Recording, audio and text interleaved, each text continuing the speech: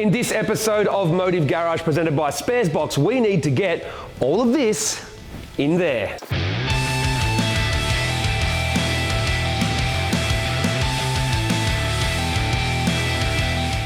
Now, in the last couple of episodes of our JET200 prep for 2023 World Time Attack Challenge, you saw that we stripped it all down and started getting ready for reassembly. Well, a lot of the parts have come back and are ready to go in. So let's take a look at what we've got. So our SR20 has a fair bit of stuff together. Obviously the sump pan is on, but we now need to get everything onto this. So what have we got? Obviously we've got actual dry sump pump and all that dry sump kit that we went over, but check this out. Tommy from Produce Factory has come up with the goods. He chose an orange for this car that is, well, it's a little bit bright. So what we're doing with the engine bays, we're going for a bit of a whole new look. Basically, everything that used to be polished is now grey. And instead of having a grey cam cover, we've gone for this fluoro orange because obviously we've got the orange on the outside of the car. Obviously all the bits and bobs go back together. You saw our throttle body, got a clamp on it. Tommy also did the turbo compressor cover because obviously we modified that for a new clamp for those heavy duty style clamps he put on. We've got from Raceworks, this has all been powder coated. Beautiful work from Tommy from Produce Factory as per usual. Comp Coatings did the ceramic coating or heat treatment to all of our exhaust parts. So the rear housing, the screamer pipe, they also did some other stuff we'll get to. So next, a whole bunch of new Turbo Smart stuff. What did we need? Well, we've gone for the latest and greatest FPR8 fuel pressure regulator. We decided to get a brand new one, use their latest technology. We've got a new race port blow-off valve. Nothing wrong with the last one. I just wanted a black one instead of blue.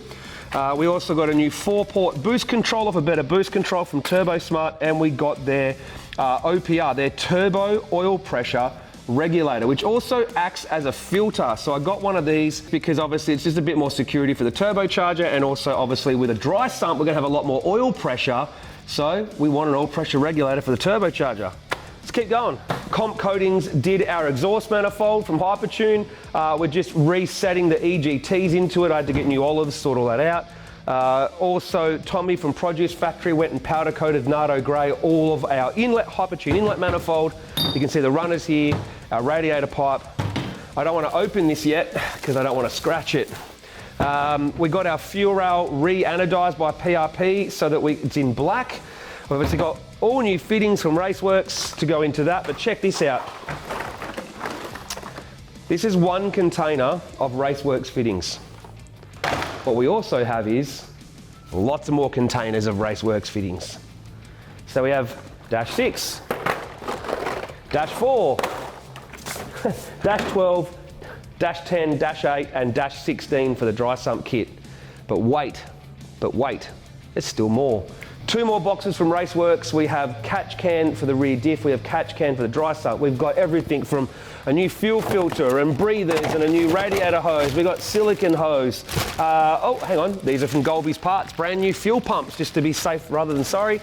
Turbo Smart silicone line is here too, but heaps of Raceworks stuff. Check it all out. We've got heaps and heaps and heaps and heaps of braided hose. So we had to get dash 4, dash 6, dash 8, dash 10, and dash 16. So there's heaps of that stuff. But wait, more again, more Turbo Smart. We got the dump pipe and also this midsection of the exhaust ceramic coated intake pipe in Nardo Grey. Man, because it was starting to look a bit haggard and now it's looking pretty good. So here's some old bits that we just need for reference for a few bits and pieces, but essentially we'll talk more specifically about things as we go because obviously there's a lot here to do, but yeah. Rob Arbolino's on the way, Matt Hanslow is on the way as well. It's going to be a big day to put JET200 back together. Let's go.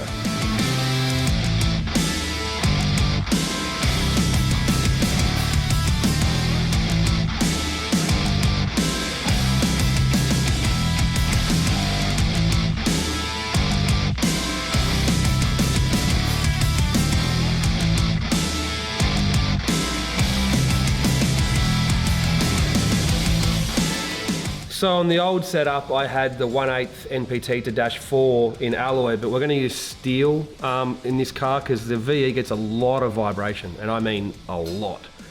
So we can't have any sensors attached directly, but just about anything could back out on this car due to vibration. So you've got to Loctite just about everything.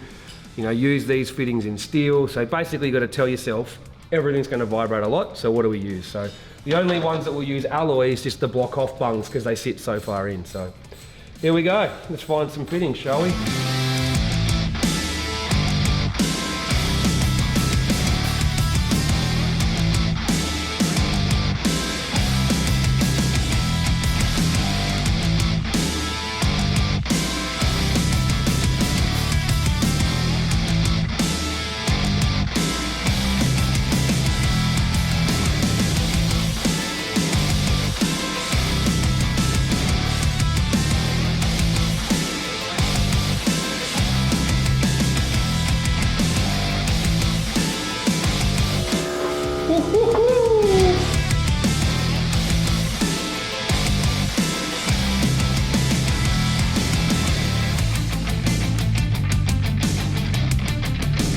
Matt Hanslow from Red Sun headed over to fit up the Ross Performance Parts trigger kit and check out the new Dry-Sump kit.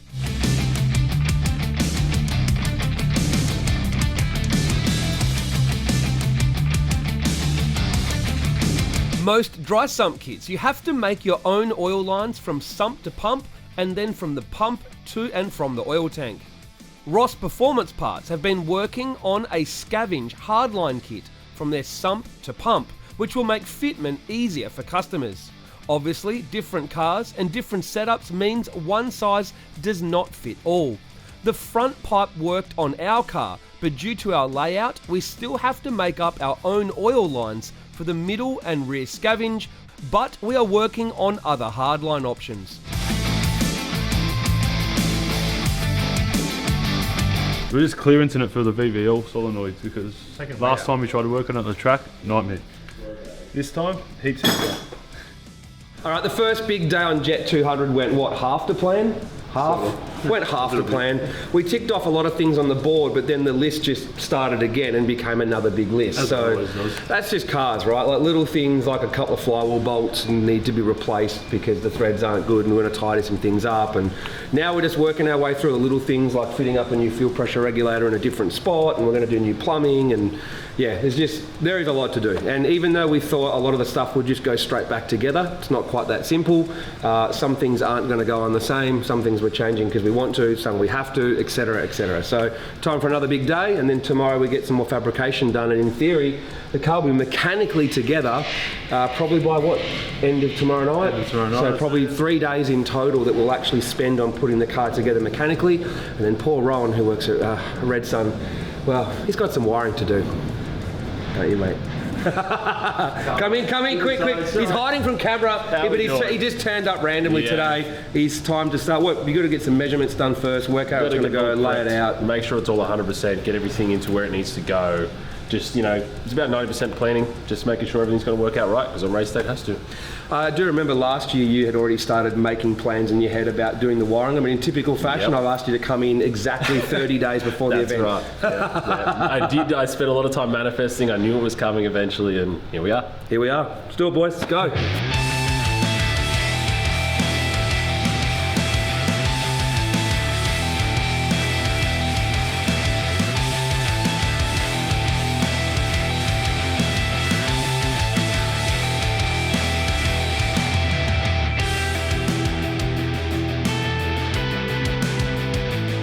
What are you doing? You have rope in your hand. Pretty much, I'm just trying to plan and prep, get everything in the right spot where it needs to go. Best way of doing that is without the harness in the car. Just go through, get your rope, get your measurements, bit of tape from Bunnings, just quick stop over there, and just finding where everything goes so you can get sort of a neat run on it. And if you don't like it, you peel a bit of tape, go again and again and again, and you'll do it about 300 times until it makes sense, really. So essentially you're making a rope harness. Yeah, making a mock harness. It's going to look exactly like that. By the time I finish doing all this, get my measurements, I'll put this down, and then when you see the original, or the new harness that's going to be made, it'll sit exactly the same, just less ropey. So you get to do all your soldering, all of your making plugs, your cutting, everything, connecting to ECU. You can now do all that on the comfort of a luxurious home or workbench. That's right. I'm going to be able to recline, sit there, take my time with it. Just do what I need to do to get it 100% right without having to trying to lean over the engine bay the whole time trying to get it all right. It's so much easier when it's on a bench, and once you got your nice little bench set up, man, you cruise through it.